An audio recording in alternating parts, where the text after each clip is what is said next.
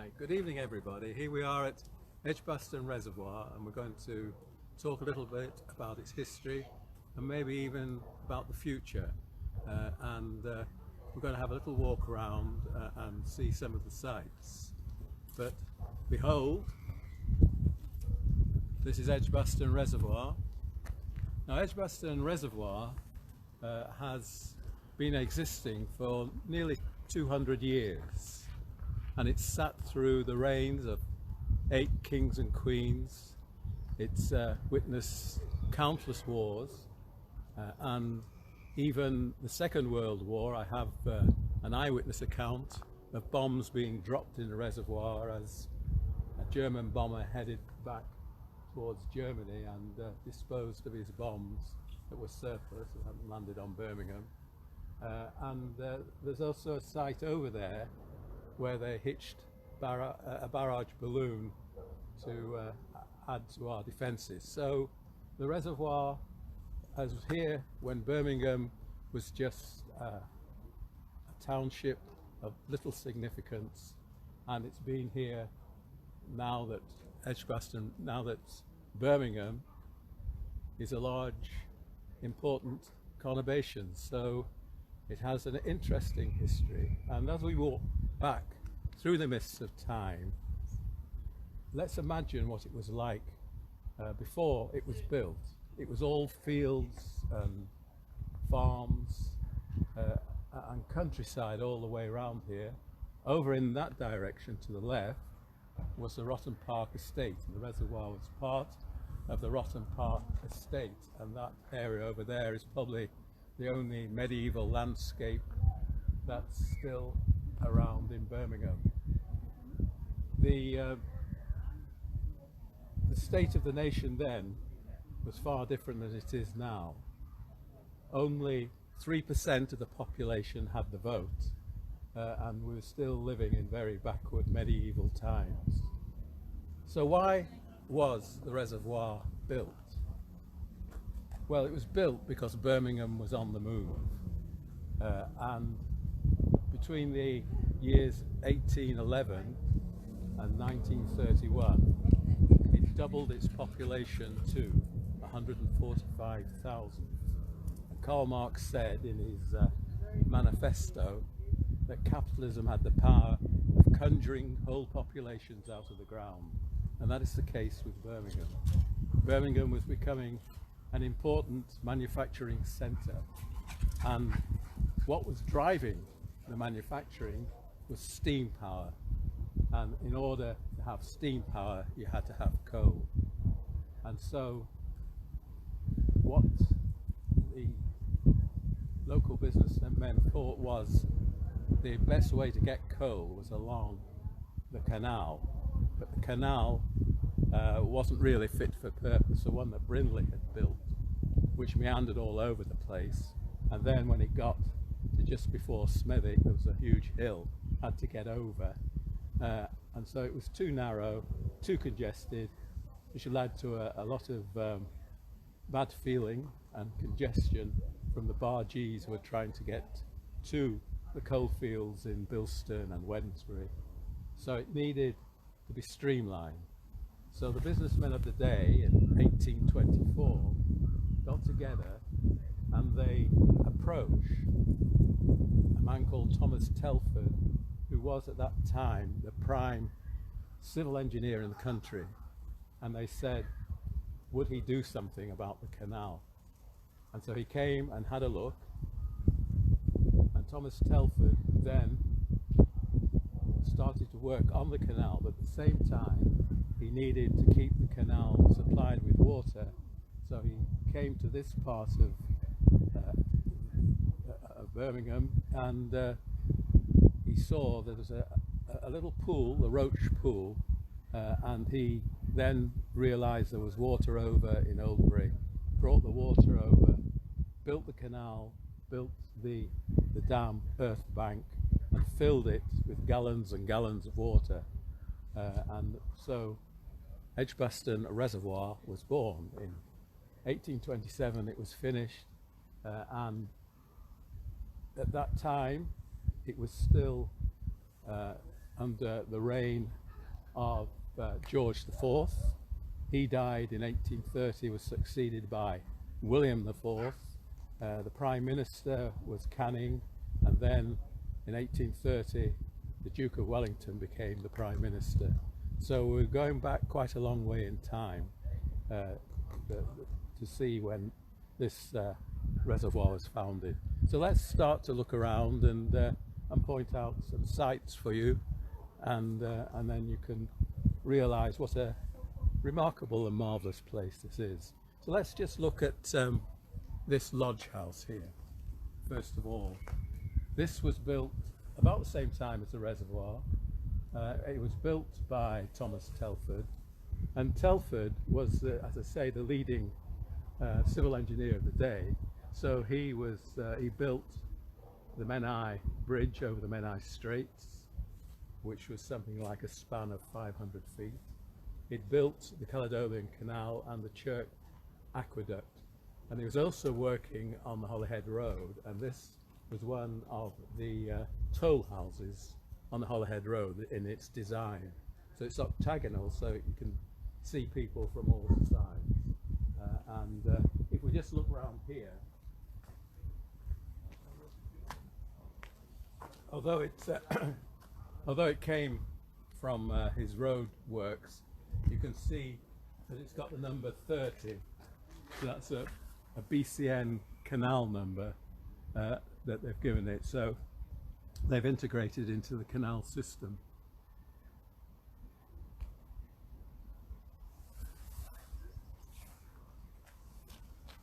So let's carry on and look at the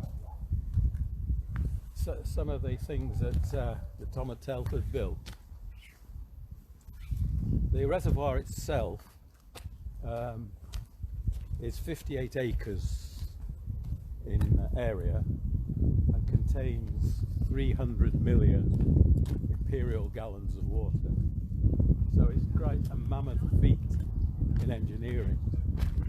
And it is in places 40 foot deep. So if we come down here to the first part of the reservoir, that's where it is at the deepest. And so it's not an easy place to navigate for sailors. It's not a place where you would bring children onto, really. But the reason why it's deep here and shallow across the reservoir is really just a matter of logistics, in that if you're going to dig out all the mud and all the earth, then you've got to dig deep here, but then you have to have a slope you can bring your horse and cart up to dump the earth. So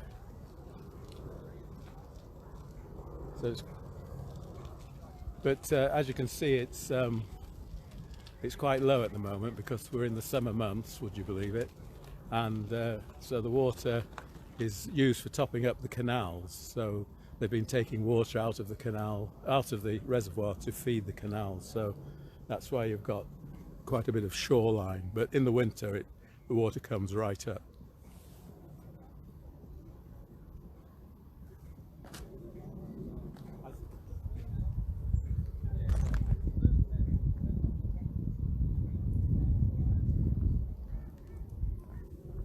So what we have here is the Tower Ballroom, which I'll talk about later. The Tower Ballroom is a later addition to the reservoir, and during the 19th century the reservoir was regarded as quite a pleasure ground for the people of Birmingham, and that played quite a role in people's entertainment. The thing you can say at this stage about the Tower Ballroom is it has touched the lives of many people from Birmingham. It was a place in the 50s and 60s and before then where people came to dance and meet, boy meets girl, and I think a lot of people in Birmingham might owe their very existence to the Tower Ballroom. But it was a very popular spot, and quite a few celebrities came there. So we'll when we get across the other side, we'll get a better view of the Tower Ballroom and we can talk in depth about it. Now here you see a dam. It was started off as an earth dam, and then in the 1830 they built the brick part, and you can see there's two layers. The top part was built in 1835, the parapet, and 1832 up to, below the parapet. So it firmed up the reservoir, stopped it overflowing, because if you're containing 300,000 million gallons of water, it can make quite a mess of ladywood if it happened to burst the banks and flood the area. So that's our insurance against that ever happening.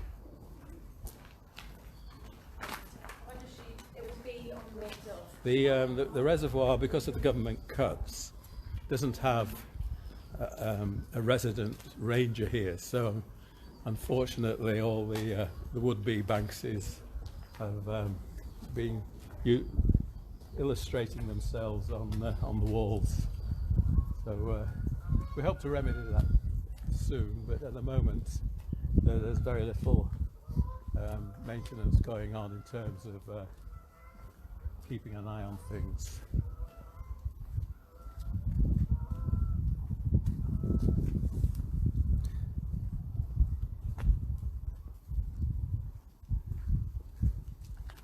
Another thing to say about the reservoir is that besides having all these historic features, it's also a local nature reserve. So it's got lots of wildlife, lots of plants and trees, and it's a lovely place just to come and walk around and absorb nature if you want. Give yourself some tranquility.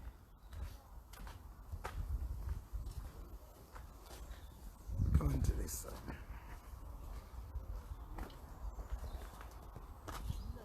Now we're coming to the Icknield Port Loop, which, as I said, the James Brindley Canal, which was built in the 18th century, used the contours of the earth to wend its way through. So it does meander, and it is a series of loops.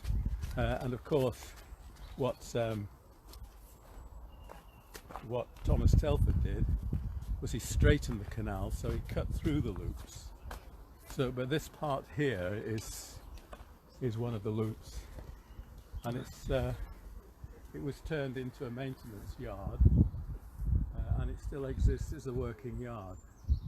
So the buildings down there were all put up as a superintendent's office, as stables, and that modern building there belongs to the Canal and Rivers Trust.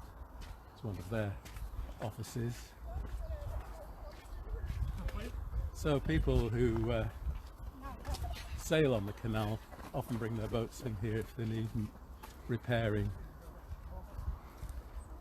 So the reservoir, Just going to show them the boats down there. yep. And you have got lots of people watching. They're saying that you're looking very smart, Chris. Right. Always looking very smart. Yeah. Special jacket on tonight. So the reservoir stands high above the loop, and the water is let out periodically into the loop and then fed into the main canal and into the canal system. It might be worth just stopping here, because this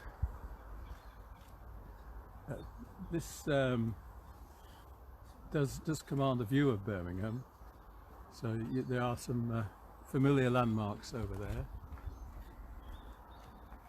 and you get quite a spectacular view at night with everything lit up.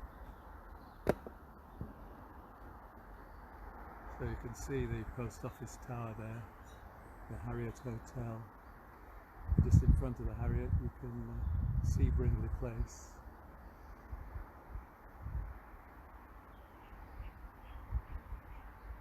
where that apologies, I understand there's a bit of break in transmission there.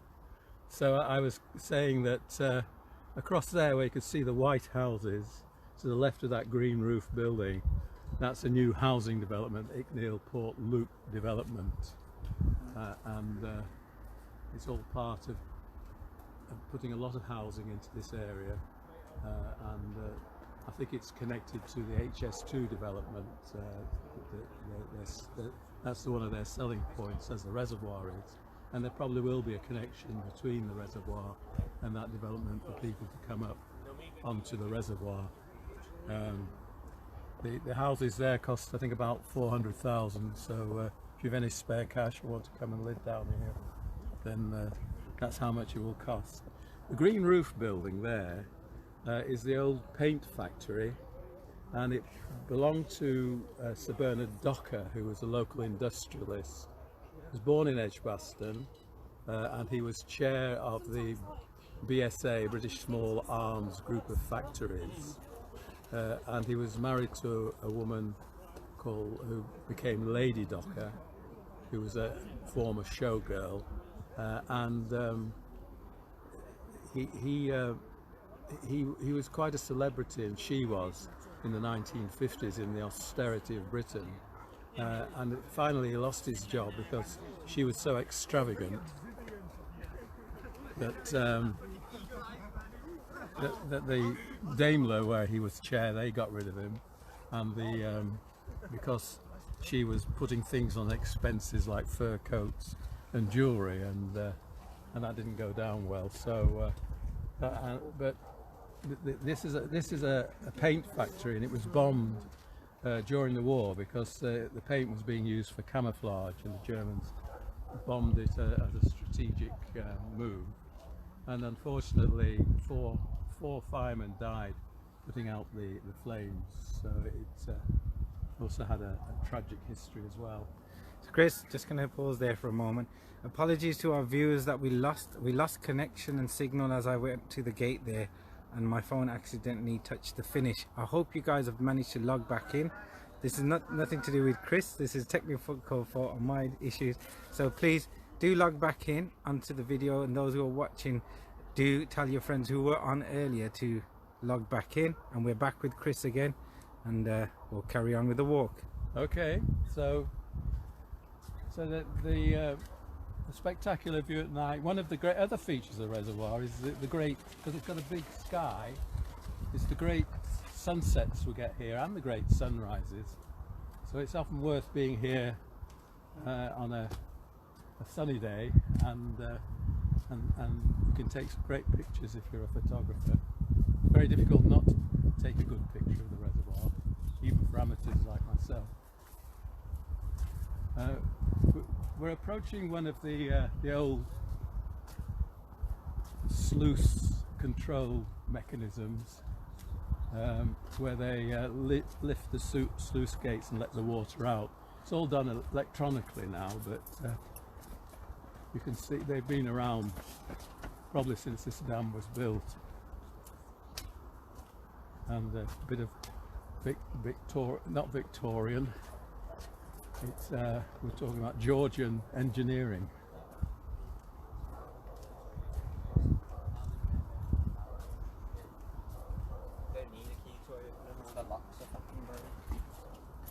If you look down there now, you can see the water rippling, that they're letting water out of the reservoir at the moment into the loop.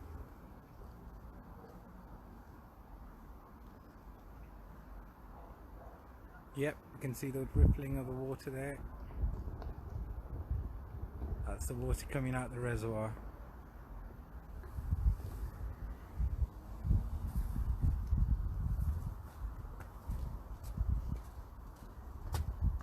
So I think you get a good shot of that, Taz, can't you? Yep.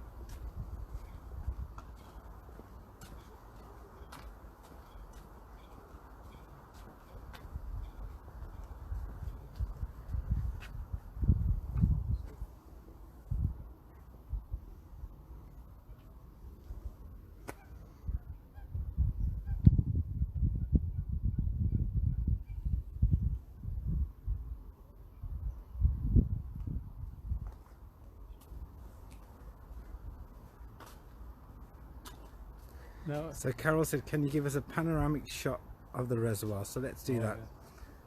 So let's start off from the Tower Ballroom area and a slow panoramic view across this beautiful reservoir. Apologies for those who just logged in again. We had a technical issue, we lost the signal. We managed to come back on live, which meant we'll have 2 videos at the end, but we can put that together. But I hope you all managed to log back in and you can carry on with your history walk with Chris and his great knowledge. For the religiously minded, the golden spire over there is the Buddhist temple that they've built next door to the reservoir, and they call it the Reservoir of Truth. And just for balance, that's over there is St. Augustine's Church, which is a nice spectacular spire.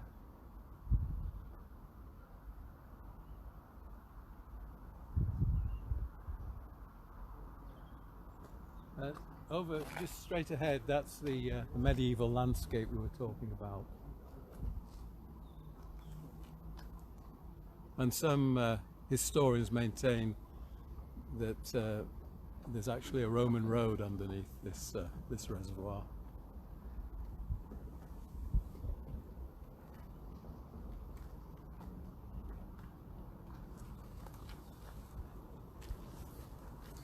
Hope you like that, Carol.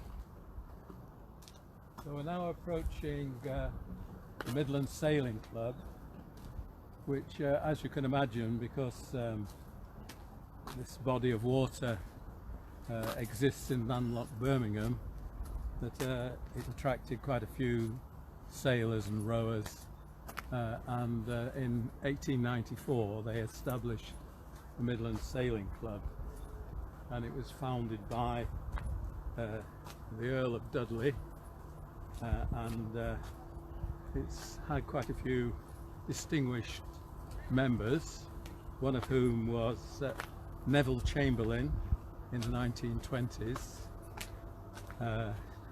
He of course went on to sign the Munich Declaration, and Adolf Hitler said, when they asked him why he signed it, Hitler said, well, he was an old man and I felt sorry for him, so I gave him my signature. So you see where it says Midland Sailing Club, next to the wording is a flag of Switzerland. So that's just a bit of local humour, because Switzerland is landlocked. They have a few lakes, of course, but so they think they have a kinship with Switzerland, being in the middle of Birmingham, which is in the middle of the country. This building straight ahead is known as the Cottage, and in front of the cottage there was a steam pump, and it was housed in front of the cottage. The cottage was there to maintain the steam pump and house the people that maintained it. That was built in 1840, so it's quite an old building in the reservoir. This building here, Reservoir House, is very recent, and one of the problems is no one wants to occupy it, and so it's been standing empty for years and it's not in a very good state. So if anyone has any bright ideas about its use, then please send them to Birmingham City Council.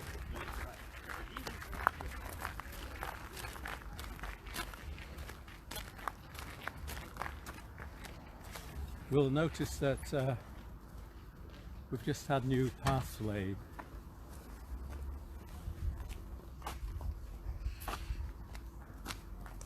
A bit of like 106 money or planning gain money that we've managed to acquire. There's nothing's really been done for the reservoir for years and years, so this is a nice gesture by the council to try and make up for their neglect. So I think it's very pleasant and quite easy to walk on, and it will bed down eventually. It's a bit gravelly at the moment.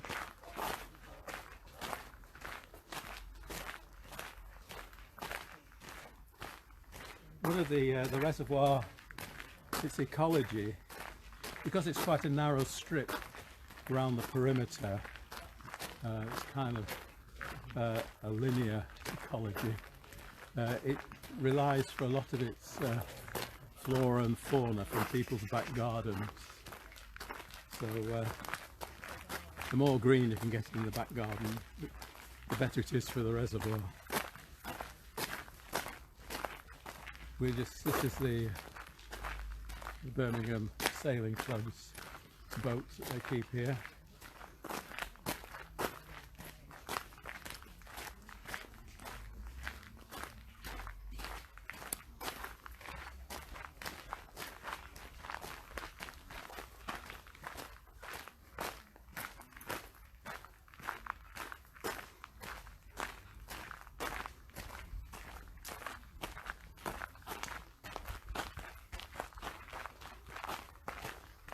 So we've had lots of celebrities over the years that have visited Edgbaston Reservoir. If you've been here in 1984 during the summer, you might have bumped into Muhammad Ali as he did a few runs around the reservoir.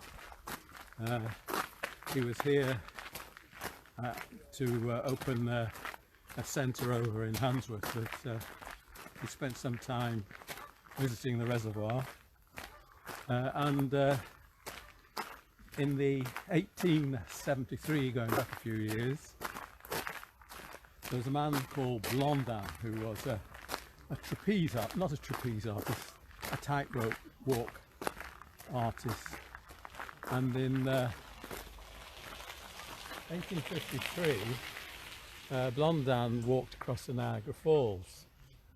He was a Frenchman, as you could imagine from his name, and he used to do things like balance on a chair on one leg over the Niagara Falls, or go across blindfolded, or go across with somebody on his back. So he started to reside in Britain, and he came to Edgbaston Reservoir, and he walked across 1873. Obviously tightrope walkers don't get the kudos that they did in those days, but we have similar people around, don't we, who do spectacular feats, and he was quite a sensation in his time, and to commemorate him they've built a statue down in the Middleway by Vincent Street West. He looks like a bit of a goblin there on his balancing on one leg, but they should have built it on the reservoir, but they didn't. They built it down there, but that's who it is. So if we stand here, we can see there's the Tower Ballroom.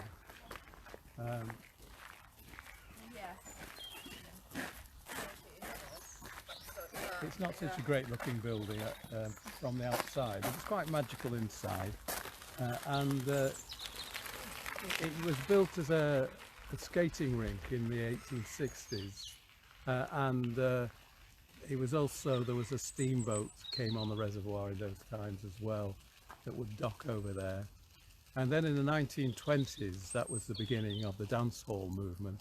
So it was turned into a dance hall, and that went on right into the 70s, 80s, and there were quite a few groups came there. There was sorry, can we pass? Yeah. Right, thank you. There was New Order and Happy Mondays, and various others. Do you know anybody? The Smiths were there. Also, it was a boxing venue from time to time, and Jack Turpin, who became world champion, local lad from Leamington Spa, he came to the Tower Ballroom. They've done the TV series Boone from there, and the reservoir has been used for other TV series.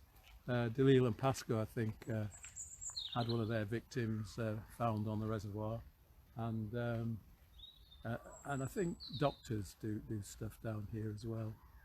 So it's also a nice backdrop for local dramas. And the tower. Sorry, yes. Yes. So you can see to the left, just above the lodge house there, is Harrow's Folly, and to the right is the Chamberlain Tower from the waterworks. And J.R. Tolkien lived nearby, and some say it was a favourite playground haunt of his. And a lot of people think that's the origin of the two towers in the, what's his book? Not The Hobbit, the Lord of the Rings. Lord of the Rings, Two Towers. Yeah. So the Chamberlain Tower, the waterwork, there was a waterworks there in 1830. They pumped drinking water up for the people of Birmingham. That was built in 1870, and it was the same architect, Chamberlain and Martin was the firm, and they did a lot of buildings around Birmingham, and I think their outstanding one is the art school in town, which I think is quite an architectural feat. You okay to go? Yes, carry on. Thank you.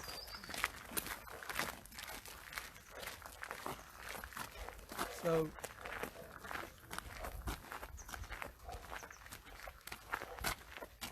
we'll walk further on, and I want to talk a bit about Joseph Gillett, because he was a local industrialist. He came to Birmingham from Sheffield when he was in his 20s and started working in the jewellery quarter and designing metallic items. And he founded a factory which is still there, the Victoria Works, making pens, and they called him his Nibs. And he, in 1850, paid £100,000 to buy part of the Rotten Park estate. And after he died, they built lots of houses for the rising middle classes in Birmingham, because the Industrial Revolution had taken off.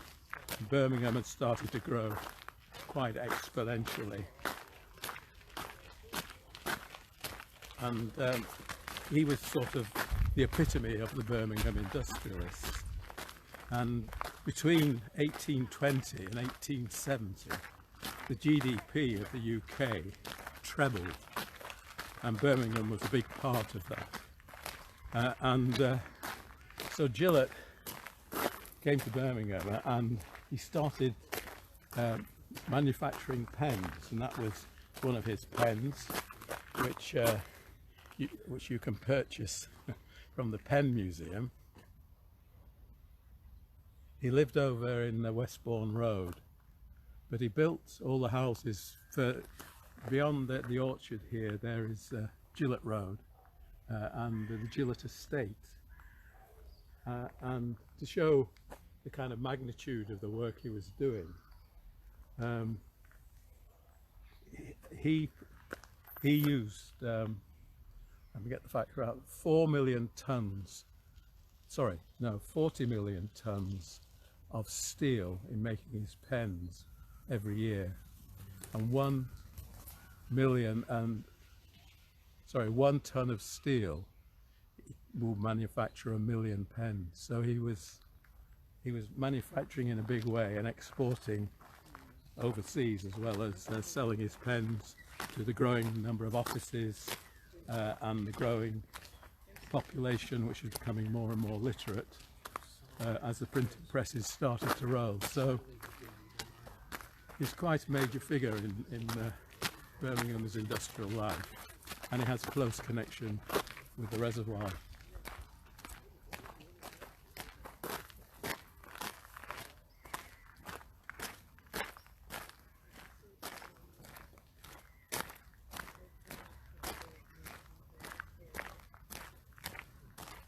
This is one of the greener parts of the reservoir, and if you cross the Gillett Road, just you come out the entrance into Gillett Road, you just have to walk around the corner and then you're in Summerfield Park. Summerfield Park was a manor estate from a family called Chance, who were glass manufacturers in Birmingham, and in 1874 they gave their estate over to the city of Birmingham. And if you go into Summerfield Park, where the bandstand is there, that's where they had their manor house, but that's no longer there. But it does mean that the reservoir in Summerfield Park now begin to form a sort of green landscape for the area. Now if you add on to that the Harborne walkway, then you have quite an interesting configuration of green spaces, which I think I'll talk about it towards the end, that could be the future for this city as a model.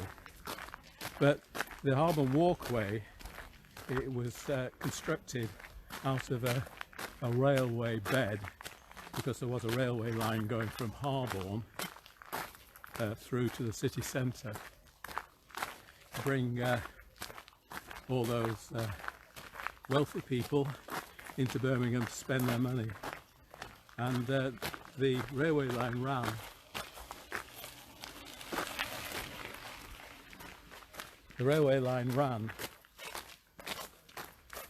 from Harborne through to the city centre, but it ran through Summerfield Park, and that was one of the stations. And if you go through Summerfield Park, go under Nearport Road, you come to the Birmingham Canal, and smack in the middle of the canal is a stanchion, a brick stanchion, where the railway line ran over onto the main line, and it's still standing there as a relic of the railway. But you can walk from Summerfield Park into Harborne and not encounter any traffic, because the line goes under all the tunnels, or under all the main roads, and it's quite a facility to have. This is one of the inflows into the reservoir. As you can see, it's only a bit of a trickle at the moment, but this was designed by Telford to bring the water in from Oldbury.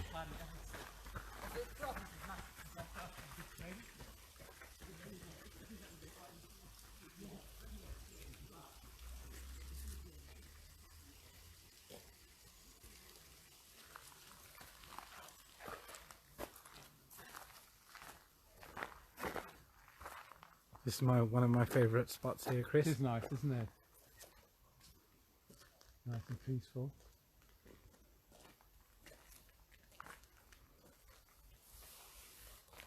With a changing landscape, changing skyline, isn't it? Yes. Yes, those high-rise towers that are being built on Broad Street. And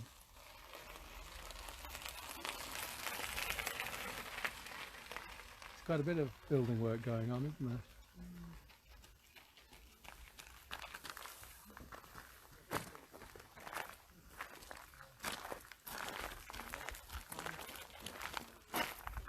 there? It's worth having a look. We're coming up to the playing field, which doesn't belong to the reservoir. The Birmingham City Council had an opportunity to buy this playing field from Birmingham Settlement, who have it in covenant from an old girls' school, and they missed the opportunity. But now Birmingham Settlement are eager to make use of it and hand it over for community activities. So what they're doing at the moment is they're building a pavilion, which would just act as a little changing room, probably a small meeting room, replacing the pavilion that was there in the 1980s, but was vandalised and burnt down. I asked my son, did he know who did it, subsequently, and he said yes, I think he went to school with the lad who actually burnt it down. So I said, well, what is he doing now? And he said, well, I think he's gone to be a solicitor.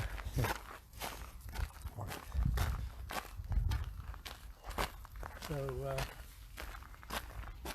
it's now closed to the public at the moment because of the building work.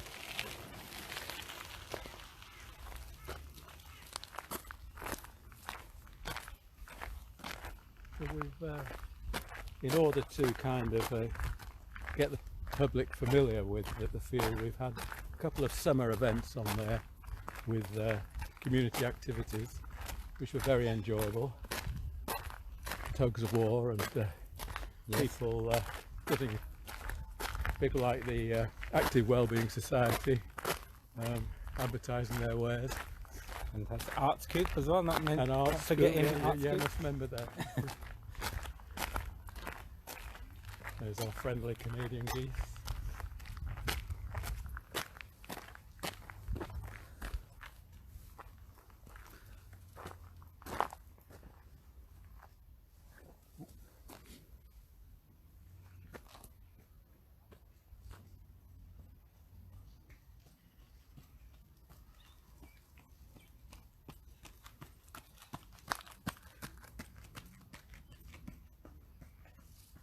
For about 30 years we had a trim track round here, which were exercise stations made out of wood, but they began to rot, and we got a small grant to install these, but we want to get some more money to install a few more, but it's a start.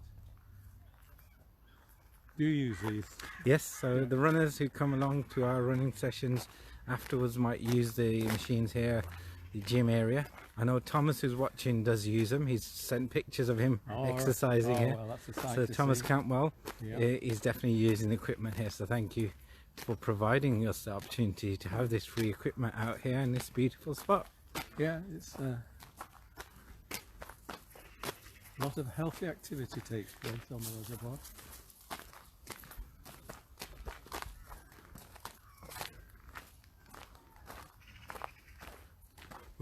We won't go much further, just to point out that, not visible from here, but just round the corner there is the Birmingham Rowing Club that predates the Sailing Club, and they have the Birmingham City University Rowing Club, Birmingham University or University of Birmingham Rowing Club, and then the Birmingham Rowing Club and the Canoe Club as well. So they're hoping to move their premises because they're not really fit for purpose anymore. They've been there so long. Yeah, you can just see them there, yeah. Over to the Tower Ballroom site. The Tower Ballroom is earmarked for demolition, but there is a group, and I think I ought to mention it here, led by a local resident, Iris Betts, who produced a marvellous video for YouTube, and it's called The Dreaming Tower Ballroom, or Dreaming Tower Ballroom, and it's a 6-minute video which is fronted by Carl Chin, and it goes through the history of the Tower Ballroom and what it means to Birmingham and to the reservoir, part of the social fabric, he says. So it's very well worth looking at, and of course you can't go wrong with Carl Chin because of his enthusiasm and his knowledge.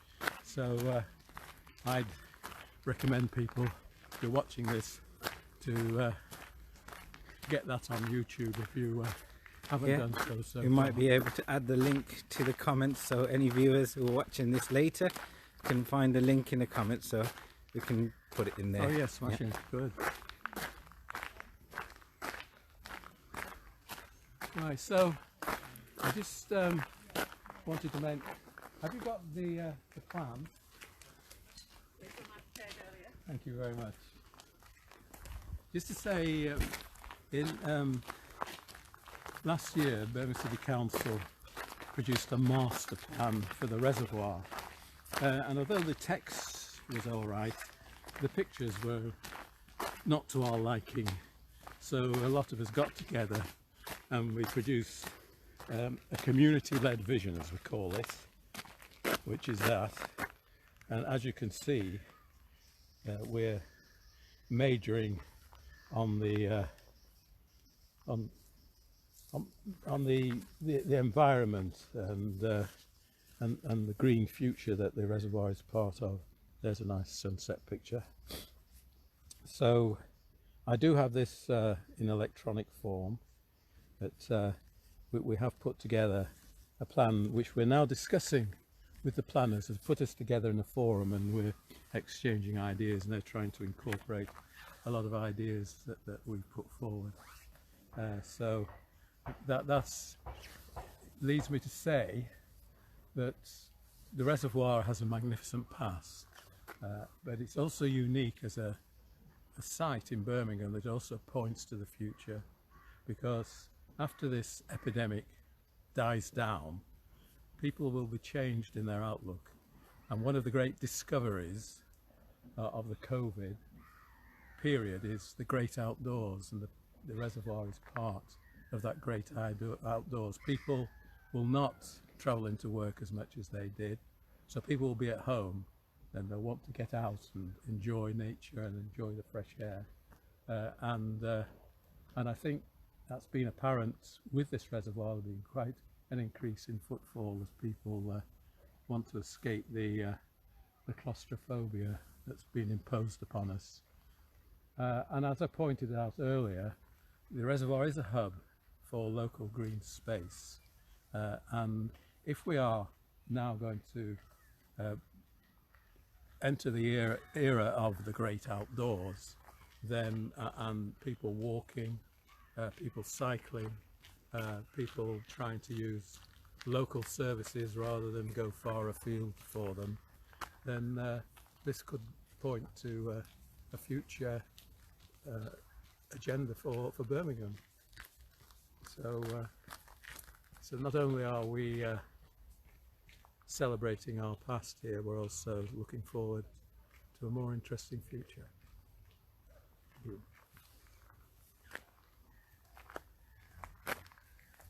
So, would our guests who joined us today want to add anything to the videos and the information that Chris has just sent our way? Well, I suppose the thing that I've noticed as we've been walking around is there's so many people doing so many things. I think, you know, you've got dads out with their toddlers. We saw a trainee breakdancer who was about, you know, I don't know, 2 feet tall, and she was doing this great stuff, and her dad was clapping. You know, a walk after work. You've seen people out on their bikes. You've seen runners. You've seen walkers. It's, you know, it is a speedboat out there as well. No, I think it's what is it? Is it a scull? Did we decide? Decided it was. Yes, we thought. Yeah, we think we're not great on this, and we know the rowers get very upset when we get canoes and sculls and you know, all sorts mixed up. But even if you look to the side now, you can see what all these people that are just running, walking, chatting. It's what the reservoir's about, really, and I think it's really important that we make sure that we save the opportunity for people to carry on doing those things on this site. Great. Thank you. Tom? And the thing that really strikes me, and it strikes me every time I walk around the reservoir, is that it changes day by day, hour by hour, and walking around as the seasons change. You know, we're moving into autumn now, and it's a really sense of time that you don't get outside the sort of natural environment. The way things change, the way things evolve and develop, and soon all the leaves will drop off and the water will become white again, perhaps with bits of ice or whatever. No, it's really, really terrific to have this right in the centre of the city, just changing all the time. And people really do value it, there's no doubt about it. Thank you. Are there anyone posted any questions? I've been reading out the comments, but you've had lots of people here. So Carol, Annette, Keith, Imi, Thomas, Hamza. We've had Susan Pritchard. Everyone says thank you and very interesting, informative talk. They want to thank yourself, Chris, Eva, Tom, and myself for filming. Apologies for the loss of the signal earlier, but we managed to get the 45 minutes in afterwards, so we haven't had any issues with that. And I just want to say thank you to Chris. Let's put it back to Chris. Well, and thank you to you, Taz. You've been a lifesaver with your technical abilities. And No, it's my pleasure, and to learn about the reservoir, you know, I use it all the time for my activities, and now I can let our runners and walkers know, and our cyclists know, share this video with them so they can learn about the history of the place as well. So thank you once again. We are going to finish the live video now. Is there any questions finally before we go? Annie said, love this, thank you. all right, thank you. And like I said, Carol said very informative, and she loves your dress, your dress code for the evening. Makes a change. Right, thank you very much. We'll be signing out. Thanks for enjoying this heritage walk, and it'll be available on the Facebook page to watch later. Please do share it with others, those who missed out, those who were at work at the time. You can always watch a video live. We want it shared as much as we can and viewed as much as we can, and please do help save the Edgbaston Reservoir. Thank you.